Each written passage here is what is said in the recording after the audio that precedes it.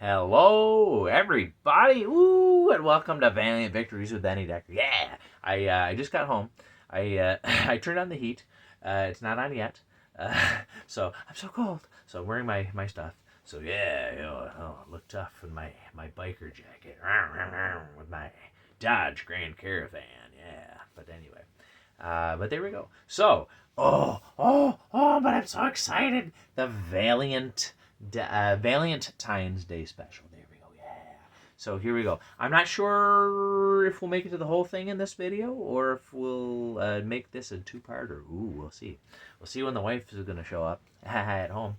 But here we go. So this, spoiler alert, this is probably my absolute favorite comic that I have read in probably over a year from any publisher. I absolutely adore it. So get ready to hear about how much I love it. I love it so much. Oh, I love it so much. I'll tell you why I love it so much once we get into here. There are a couple of tiny little nitpickies. It's not perfect, but a few things are. So here we go. So let's see what we'll get started. We'll go in order. Maybe we'll do half. Maybe we'll do I don't know. We're going to find out what we're going to do. But as per usual, these... well, first of all, did you hear? I guess we're going back to single issues. If you caught that interview... I can't remember. I can't remember who did the interview. But there was an interview on Facebook with Lisa Hawkins and a bunch of other folks.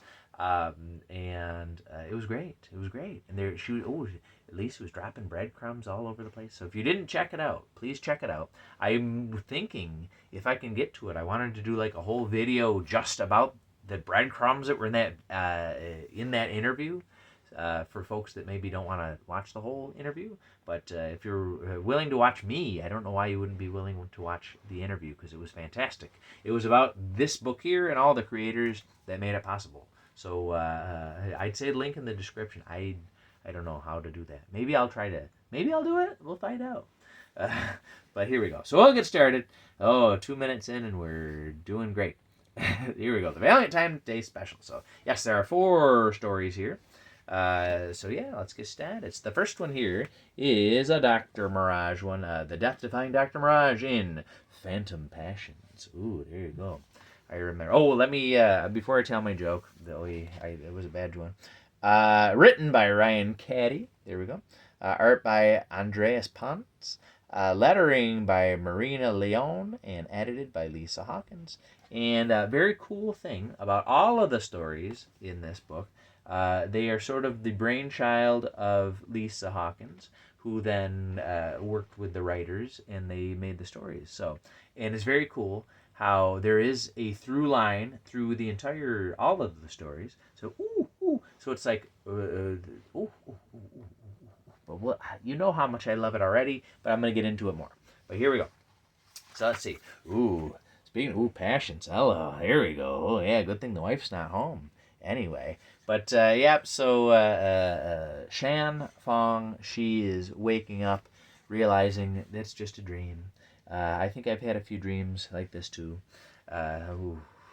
Anyway, but she's upset. She's still missing her husband Huen. So last time that we saw the Mirages, there was the mini series. If I can be honest, it was kind of a forgettable one. But I do remember that it left off with Huen being sort of not heard or seen by Shan anymore. So that's where we left off. That's respecting the continuity. Ooh, I love it, I love it, I love it.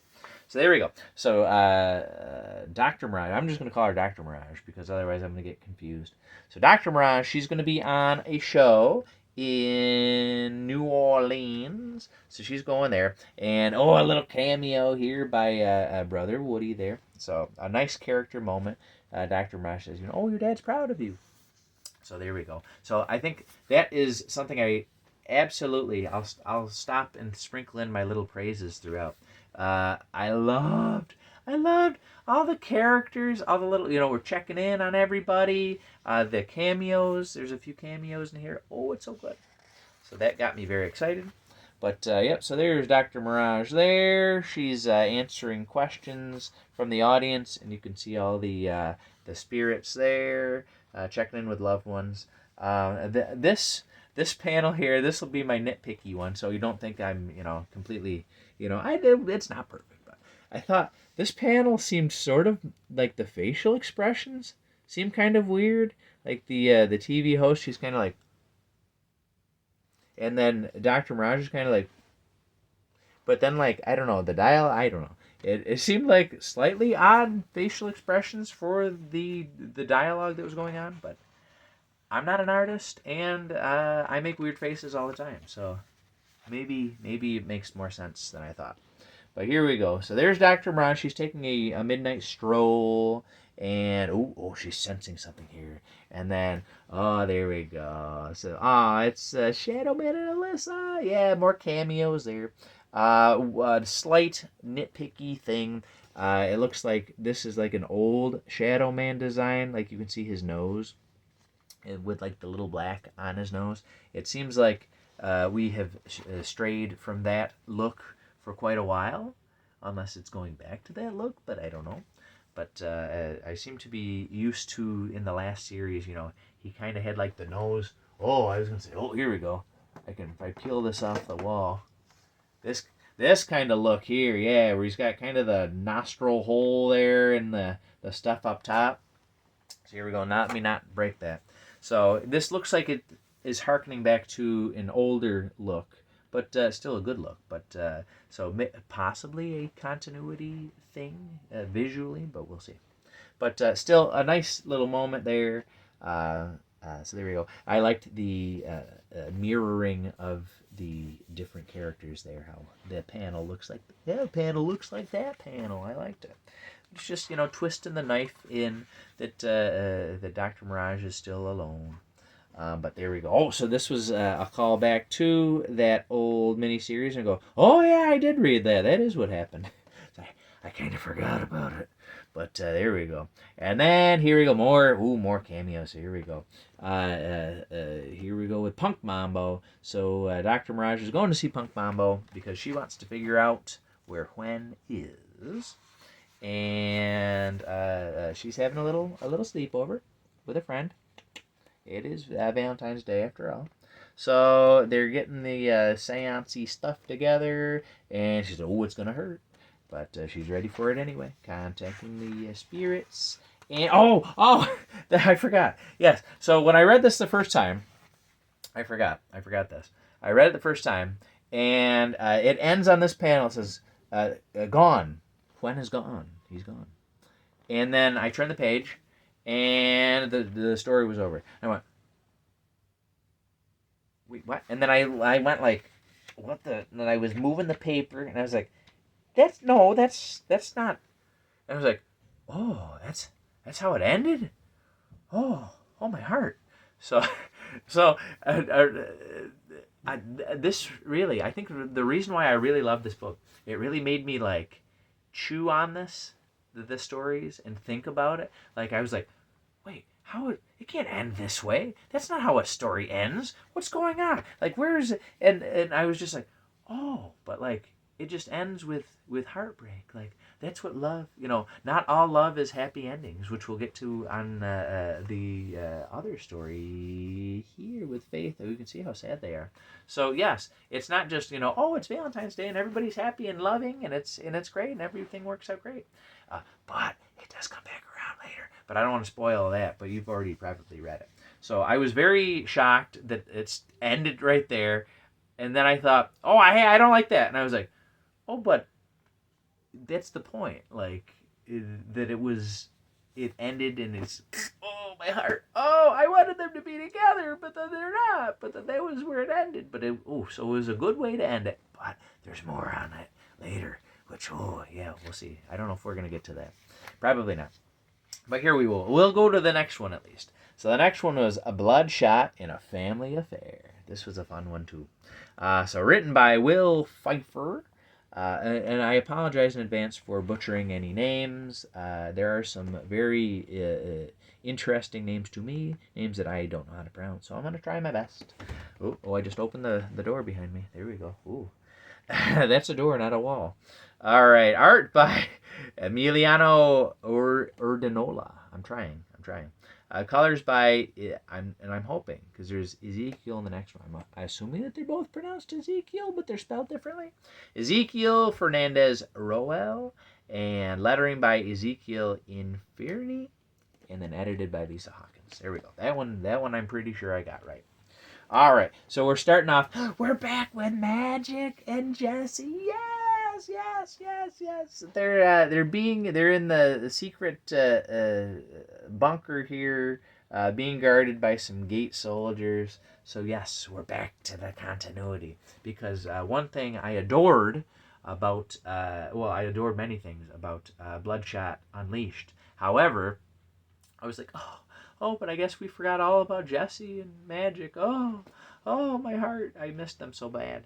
But this story, it fills in like they're still around. They're still okay. And, that's another thing. It's like an anthology is able to like sort of connect things. So it's like we didn't hear anything about Jesse and Magic in Bloodshot Unleashed, but now we know, they're over here. They're still here. They're still safe. They're still characters. We still care about them. But this is a story where Bloodshot does something different. So it helped enhance my. I already had a love for Bloodshot Unleashed. This enhanced it even more. So here we go. So they are they're hanging out. Oh wait! Did I even get into? Oh, I probably should have talked about the art and stuff. I liked the art in the last one. I liked it. Okay, there we go. I don't know. I love the story. I love the art. It was great. I love it. All right. I don't know. I'm trying to clip through before the wife gets home.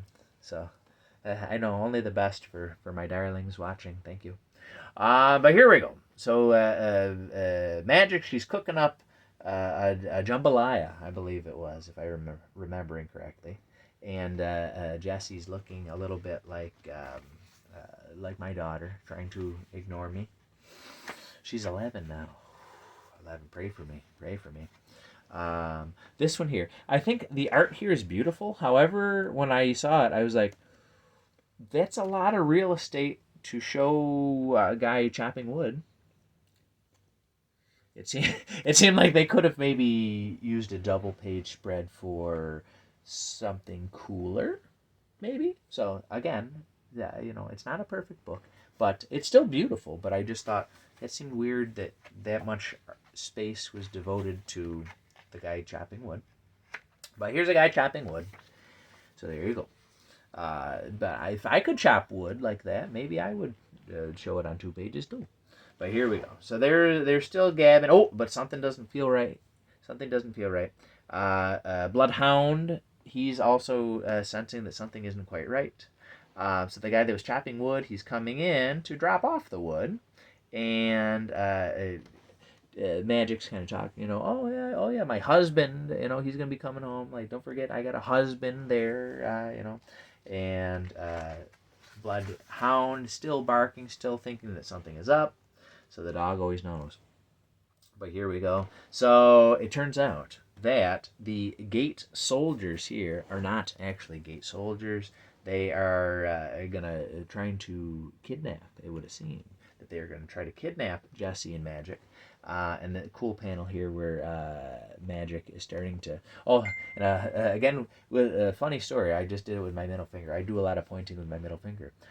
Evie, my middle child, she went to Grandma and Grandpa's house, and then when I picked her up, she said, "Dad, Grandma and Grandpa were putting up the middle finger." And I was like, I don't think Grandma and Grandpa were putting up the middle finger. She goes, yeah, they were putting up their middle fingers at each other. I was like, oh my. And I asked Grandma and Grandpa, and Grandpa said, oh yeah, I was on my phone and I was scrolling, so I was going like this. I was scrolling with my middle finger, and then I knew Evie was going to tell on me, but there we go. So that made me think of Evie there.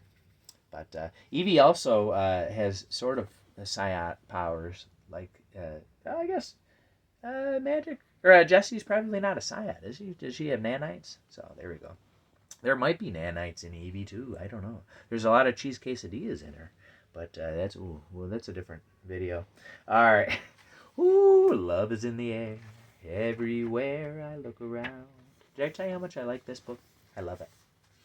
All right. So, Jassy is ready to take care of business here. And yeah, just like Jesse was changing there, you can see the guy here. That wasn't a wood chopping gate soldier. That was Bloodshot. He's back. And then Bloodhound giving him a nice little lick there. So there we go. And the guys there, they realize, oh yeah, we're this is a nice plan. Happy Valentine's Day, honey. Oh, he's so happy. So especially after last we'd seen Bloodshot in Bloodshot Unleashed, like how much he got put through the ringer. Like it's like it's so nice. He gets to go home and see his family. Oh good. So there we go. So they're reconnoitering. Ooh, that's a good word there. And Jesse's taking care of business outside. And there we go. And then Bloodshot is figuring out that they are from the Keepers. And that's another thread that's going to go through the next story too. Ooh, they're all connected. Speaking of the connections. Oh, yeah, I didn't mention the first one. We'll get to it soon. I should have mentioned it in the first one. I know. Why are you bothering with me anymore? So there we go. They're watching the news because that's what made me think of it. So they're watching the news because on the news they are talking about Arik of Dacia passing away and erecting. Don't laugh. Erecting a statue. In his honor in Washington, D.C. So that was mentioned in the first story, and it's also mentioned throughout all of the stories, I'm pretty sure. So that was showing, so you can kind of see the reflection of Bloodshot on the TV there with the statue there. So that was it. They're getting into the memorial. So, something I noticed that I liked about the Bloodshot story. I really like it. I think the art, that might be my favorite art style out of the 4 stories. I think, maybe the Blood, or maybe Ninjak. I can't remember. But I think the Bloodshot one's my favorite, art-wise. You know what? Because I was thinking about if I had to rank these, well, I definitely liked the Bloodshot story better than the Dr. Mirage story, just because it does have a happy ending, and it fills in all the stuff about where Jesse and Magic are during Bloodshot Unleashed. So far, number 1 would be the Bloodshot one. Number 2 would be Dr. Mirage, and then I'll fill in the rest later. But something I really liked, I thought it was neat. That Jessie, I keep trying to change their names. Jessie, at the beginning of the story, she is in sort of her, regular camouflagey, like she looks more like Mom. And then, when the stuff is about to hit the fan, she changes, to her bloodshotty look. And then I thought it was neat that she remains with the bloodshotty look even after the stuff has gone down. I don't know. I thought it was like, oh, is she staying that way so she looks like her dad now too? Like to kind of welcome him? Like I thought that was neat. Especially like I could see a teen girl like, trying to I don't want to look like dad. I don't want to look like me. I want to be my own, something like that. I don't know. So I thought maybe that was me reading into it. But I thought that was a neat touch there too. So yes. So far, I think we better stop it here because it's getting long, and I do want to respect the other stories and not rush too much through them. And then there you get a little Valentine treat. Hopefully this will be up before Valentine's Day, I think. So there we go. So I absolutely adore it. Oh my goodness. We'll talk more about a couple more issues or a couple more stories in a little bit. I will also share, I'll tease, so you watch the other one too. I got in contact with Lisa Hawkins because there's something in the Faith and Archer story. And I was like, something's rotten in Denmark. Something didn't quite sit right. So I reached out and I got a wonderful response from Lisa Hawkins. and some clarification that probably everybody already knows, but I found it very useful. And yeah, so there we go. So I will share that in the next video. So come on back for the next one. I'm not sure when that'll happen. I know I have February break next week. So hopefully I can make... I didn't forget about Ninjak. I didn't forget. So hopefully I can make a Ninjak video. I say this all now and it's not going to happen. I don't know.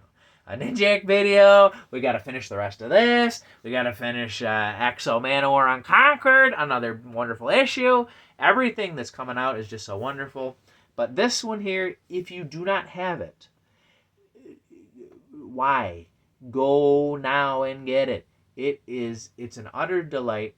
All the stories, there's not a stinker in the bunch. They are all fantastic.